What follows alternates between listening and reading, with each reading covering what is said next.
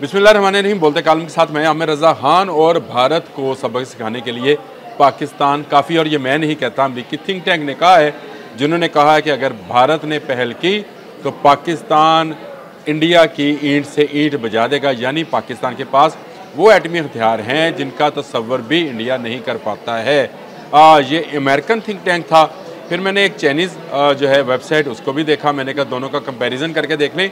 लेकिन दोनों जगहों पर एक चीज़ कॉमन थी, और वो ये थी कि पाकिस्तान का ना सिर्फ मिसाइल प्रोग्राम बल्कि एटमी प्रोग्राम भी जो है वो ज़्यादा जदीद और ज़्यादा स्पीडी है, यानी बहुत तेज़ी से अमल पजीर होता है। ये बहुत बड़ी खबर थी मेरे लिए। जिस इंग्लिश अमेरिकन वेबसाइट पे मैंने ये सारा पढ़ा, उसको अमेरिकन थिंक टैंक के 3 लोगों ने बड़ी डिटेल के साथ लिखा है।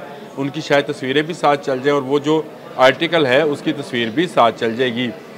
ये एक एटॉमिक साइंस जर्नल है जिसके अंदर हैंस कंस्टेंस, मैंने नाम लिख लिए थे, मैट करोडा और एलेना जॉन्स ने एक बहुत तवील आर्टिकल लिखा है जिसमें उन्होंने ये लिखा है कि पाकिस्तान अपने एटमी हथियारों में बहुत तेज़ी के साथ इजाफा करता चला जा रहा है। उन्होंने शाहीन 3 मिसाइल की तो ख़ासकर बात की जो एटमी वॉरहेड ले जा सकता है। लेकिन ये आर्टिकल क्योंकि कुछ पुराना है, और उन्होंने कहा कि साल 2025 यानी ये साल वो साल होगा जब पाकिस्तान अपने एटमी वॉरहेड्स की तादाद में बहुत तेज़ी के साथ इजाफा करेगा, जो कि 2022-21 में 70 से 75 एटमी वॉरहेड थे, वो 2025 में 200 के करीब हो जाएंगे। या आप खुद सोच सकते हैं कि ये कितनी तेज़ी है। और उन्होंने कहा कि पाकिस्तान का जो मिसाइल प्रोग्राम है इसका कोई जवाब भारत के पास नहीं है।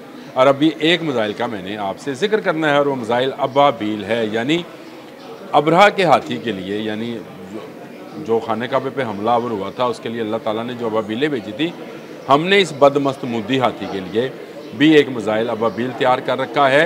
अमेरिकी थिंक टैंक और चाइनीज़ थिंक टैंक दोनों का ये ख्याल है कि अबाबील जो है ये मल्टी वॉर हेड्स ले जाने की सलाहियत रखता है, यानी ये बहुत दूर मार भी है और ये स्टील टेक्नोलॉजीज़ पे इसको पकड़ा नहीं जा सकेगा।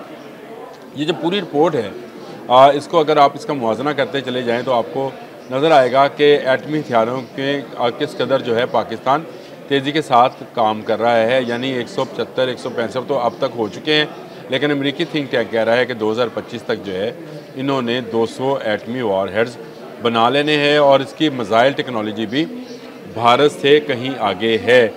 पाकिस्तान के पास उन्होंने कहा कि SRBMs में पाकिस्तान के पास हतफ सीरीज़ के मिसाइल हैं, हतफ 1 था, हतफ 9 ये मिसाइल हैं जो कि बहुत ही पुरअसर हैं।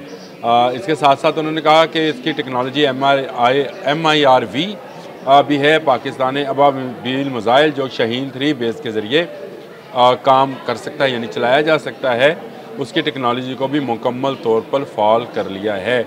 और एक एटमी मिसाइल एक से ज़्यादा एटमी वॉरहेड MIRV ले जा सकता है, जो मिसाइल डिफेंस सिस्टम्स को बेवकूफ़ बना सकता है। यानी एक गोला एक तरफ जाएगा, एटमी गोला आप समझे, और दूसरा अपने हदफ पे जाएगा।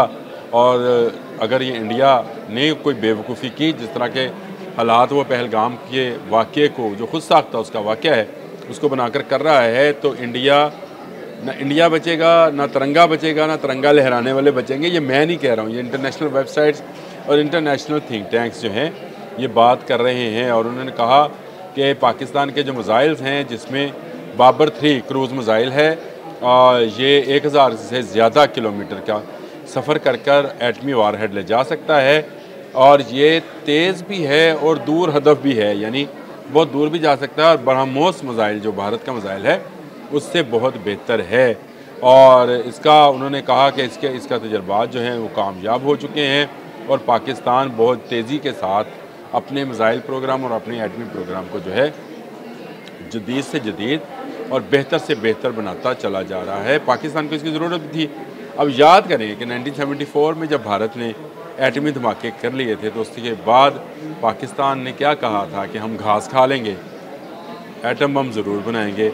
और थैंक्स टू अल्लाह कि तमाम गवर्नमेंट्स, वो चाहे जुल्फ़िकार अली भुट्टो थे और चाहे ज़िया-उल हक़ थे, उसके बाद बेनज़ीर, फिर नवाज़ शरीफ, फिर इमरान खान, फिर नवाज़ शरीफ, तमाम लोग आए, लेकिन किसी ने, मुशर्रफ तक भी, किसी ने एटमी प्रोग्राम को रोल बैक करने पर कभी हामी नहीं भरी, क्योंकि ये हमारी सिक्योरिटी का मसला है। जब तक एटम बम हमारे पास है, भारत किसी किस्म की कोई शरारत नहीं कर सकता, और अगर शरारत करेगा तो मैं नहीं, अमेरिकन थिंक टैंक और चाइनीज़ थिंक टैंक जो हैं वो कह रहे हैं कि दुनिया के नक्शे में भारत जैसा मुल्क बाकी नहीं बचेगा।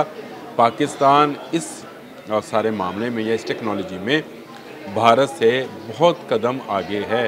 और अभी जो मैं आर्टिकल्स देख रहा था, आज सुबह से मेरा यही काम था, मैंने तमाम आर्टिकल्स को देखा और मैंने देखा कि पाकिस्तान ने अपनी मिसाइल टेक्नोलॉजी में वाकई बहुत ज़्यादा जो है वो काम किया है, और न सिर्फ काम किया है, लेकिन अब पाकिस्तान ने स्मैश जैसा मिसाइल भी बना लिया जो समुंदर से लॉन्च किया जाएगा और 350 से ज़्यादा किलोमीटर पर जाकर अपने हदफ को निशाना बनाएगा।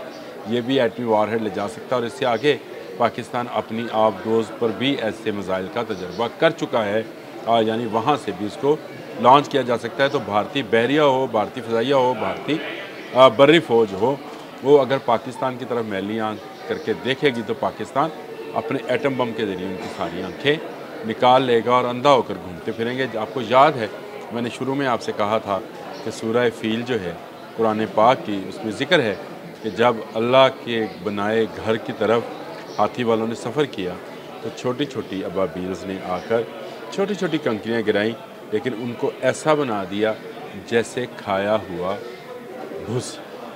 तो हमारी अबाबील भी जो तैयार हो चुकी, जिसका हमने तजर्बा कर लिया और उसमें मल्टी एटमी वॉरहेड्स जो हैं वो ले जाए जा सकते हैं, ये भी भारत को खाया हुआ भूसा, और खाया हुआ भूसा आप समझते हैं क्या होता है? गोबर। इस गाय का, जिस गाय को वो पूजा करते हैं, उस गाय के गोबर जैसा अब भारत को बना दिया जाएगा। पाकिस्तानियों के लिए बहुत बड़ी खुशखबरी है कि पाकिस्तान का एटमी प्रोग्राम महफूज हाथों में है। इस वक्त पाकिस्तान की फ़ौज, पाकिस्तान की अवाम, पाकिस्तान के सियासतदान, तमाम पॉलिटिकल पार्टीज़, हर मकतबा फ़िक्र, चाहे वो दीनी है, समाजी है, कारोबारी है, सब पाक फ़ौज के साथ खड़े हैं और कंधे से कंधा मिलाकर खड़े हैं, और सबका एक ही मौक़िफ़ है कि पाकिस्तान है तो सब कुछ है, और अगर पाकिस्तान पर हमला हुआ तो हम सब भारत की ईंट से न सिर्फ ईंट बजा देंगे, बल्कि फिर भारत का नामो निशान ही इस सफ़ा हस्ती से मिटा देंगे। आज के लिए इतना ही। अल्लाह हाफ़िज़।